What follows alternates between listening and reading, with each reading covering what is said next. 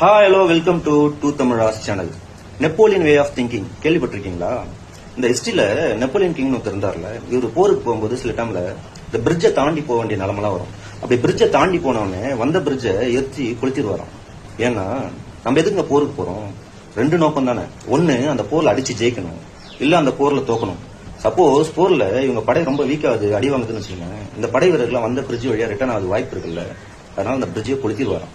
நம்மள பல பேர் இந்த மாதிரி தான் ஒரு நல்ல நோக்கத்துக்காக, அந்த நோக்கம் எதுவாக வேணா இருக்கலாங்க, பொண்ணோட கல்யாணமா இருக்கலாம், பையனுக்கு படிப்பா இருக்கலாம், ஏன் உங்களோட இயர்லி ரிட்டையர்மெண்ட் பிளானா கூட இருக்கலாம்.